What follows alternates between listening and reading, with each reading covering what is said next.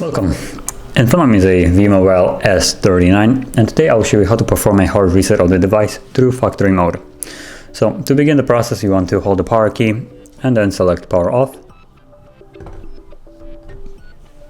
like so. Now wait for the device to shut off, which will be indicated by the vibration. And once it has, we will then hold power key and volume down. Okay, so there was the vibration. So power key and volume down. Okay, so once you see the logo, you can let go.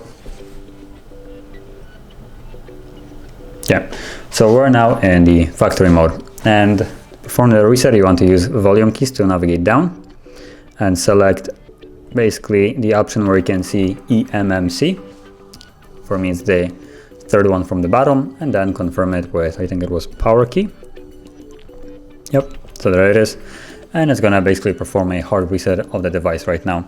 And once it's finished, we'll then be on the fully resetted device on the lock screen. So I'll be back once that is actually visible.